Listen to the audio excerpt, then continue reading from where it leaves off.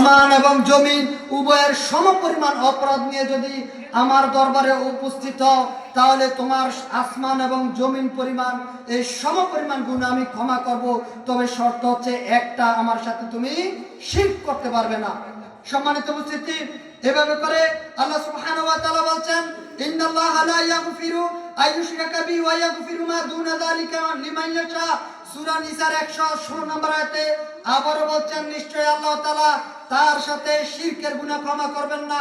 এর চাইতে নিম্ন পর্যায়ের, ছোট পর্যায়ের যত গুনাহ হতে পারে সমস্ত গুনাহ ক্ষমা করে দিতে পারেন। আয়েশা রাদিয়াল্লাহু তাআলা থেকে বর্ণিত, তিনি বলছেন যে রাসূলুল্লাহ সাল্লাল্লাহু আলাইহি সাল্লাম বলেছেন, ফা ইন্নাল আবদা ইযা তারাফা, যখন কোনো বান্দা তার নিজের পাপের কথা স্বীকার করে, সে জিনা করেছিল, আল্লাহর কাছে বলছে আল্লাহ আমি জিনা করেছি, আল্লাহর কাছে বলছে আল্লাহ আমি জিনা করেছিলাম, অমুক মেয়ের সাথে আমি জিনা করেছি, অমুক ছেলের সাথে আমি এই পাপে লিপ্ত হয়েছি। কোন বান্দা যদি এই কথা বলে, রাসূল মুহাম্মদ সাল্লাল্লাহু আলাইহি সাল্লাম বলছেন, কোন বান্দা যদি কাউকে অন্যায়ভাবে হত্যা করে, এরপর যদি বলে, এই হাদিসের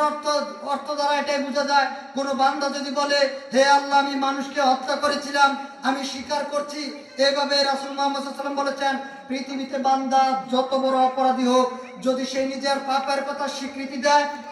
সুম্মা তাওবা, অতঃপর সে যদি তওবা করে আল্লাহর নিকটে ক্ষমা চায়, তাওবাল্লাহু আলাইহি, তাহলে আল্লাহ সুবহানাহু ওয়া তাআলা তাকে তার এই প্রার্থনাকে কবুল করবেন, তার তওবাকে কবুল করে তাকে ক্ষমা করে দিবেন। সুবহানাল্লাহ।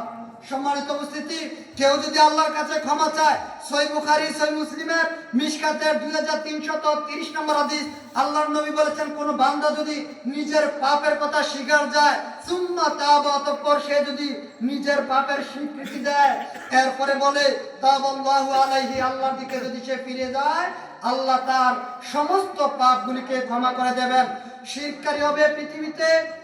যদি সে তওবাবিহীন মারা যায়, তাহলে সে হবে মুশরিক। রাসূলুল্লাহ সাল্লাল্লাহু আলাইহি সাল্লাম বলেছেন, আল্লাহ তাআলা বলেছেন,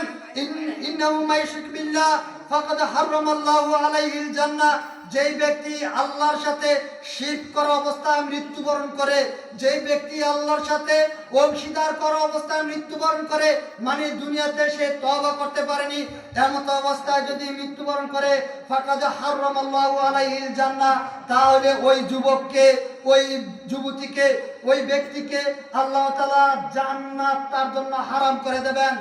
আল্লাহ বলেছেন, কোন ব্যক্তি যদি আল্লাহর সাথে শিরক করা অবস্থায় মৃত্যুবরণ করে, সে মুসলমানের পরিচয় দিয়ে দুনিয়াতে চলাফেরা করুক, হিন্দুর পরিচয় দেখ, খ্রিস্টানের পরিচয় দেখ, যেই পরিচয় দেখ না কেন, যদি সে শিরক করা অবস্থায় দুনিয়া থেকে বিদায় হয়, এই অবস্থায় যে আল্লাহর সাথে সে ক্ষমা চায়নি, তওবা করেনি, যদি এমন অবস্থায় মৃত্যুবরণ করে, আল্লাহ তাআলা বলেন, ফাকাদ হারামাল্লাহু আলাইহিল জান্নাহ, ওই ব্যক্তির জন্য আল্লাহ তাআলা জান্নাতকে হারাম করে দেবেন।